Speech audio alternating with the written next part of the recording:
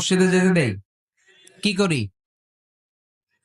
ধমক দেই। বিশেষ করে মুরব্বী বাবারা ধমক দেয়, রেগে যায়।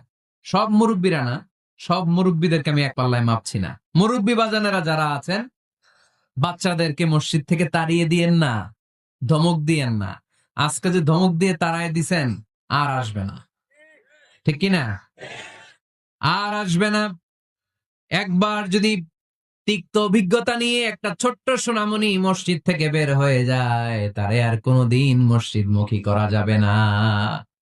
আর ওরে যদি আপনি একটা চকলেট দেন, প্রত্যেকটা ইমাম সাহেবের উচিত মসজিদে চকলেট নিয়ে যাওয়া। বাচ্চা দেখলেই চকলেট দিতে হবে, ঠিক কিনা? ওর স্মৃতিতে এটা থাকবে, বড় হয়ে গল্প করবে আমাদের এলাকায় এক ইমাম ছিল, চকলেট দিত আমাদেরকে। কত সুন্দর, কত সুন্দর অভিজ্ঞতা থাকবে তার। আর যদি ধমক দেন, বলবে ইমাম আছিল একটা বদের আড্ডি, মসজিদে ঢুকলে আমগরে ঠ্যাঙ্গাইতো খালি, বলবে না এটা? আর চকলেট দিলে জীবন আপনারা স্মরণ রাখবে।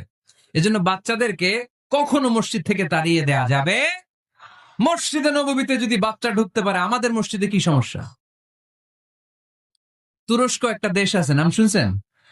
তুরস্কের মসজিদের দেয়ালে দেয়ালে লেখা থাকে, জামাত চলাকালীন অবস্থায় পিছনে যদি বাচ্চাদের কিচির মিচির, চিৎকার, চেঁচামেচি, হই হুল্লোড়ের আওয়াজ আপনি শুনতে না পান, তাহলে নেক্সট জেনারেশনকে নিয়ে আপনি চিন্তায় থাকেন। কারণ আপনার নেক্সট জেনারেশন নাতিপুতি এগুলো নামাজি হচ্ছে না, ঠিক কিনা? পিছনে যদি আমাদের নাতিপুতি চিৎকার চেঁচামেচি করে, তার মানে দে আর অন দ্য রাইট ট্র্যাক, তারা আসল লাইনে আছে, মসজিদে এসেছে।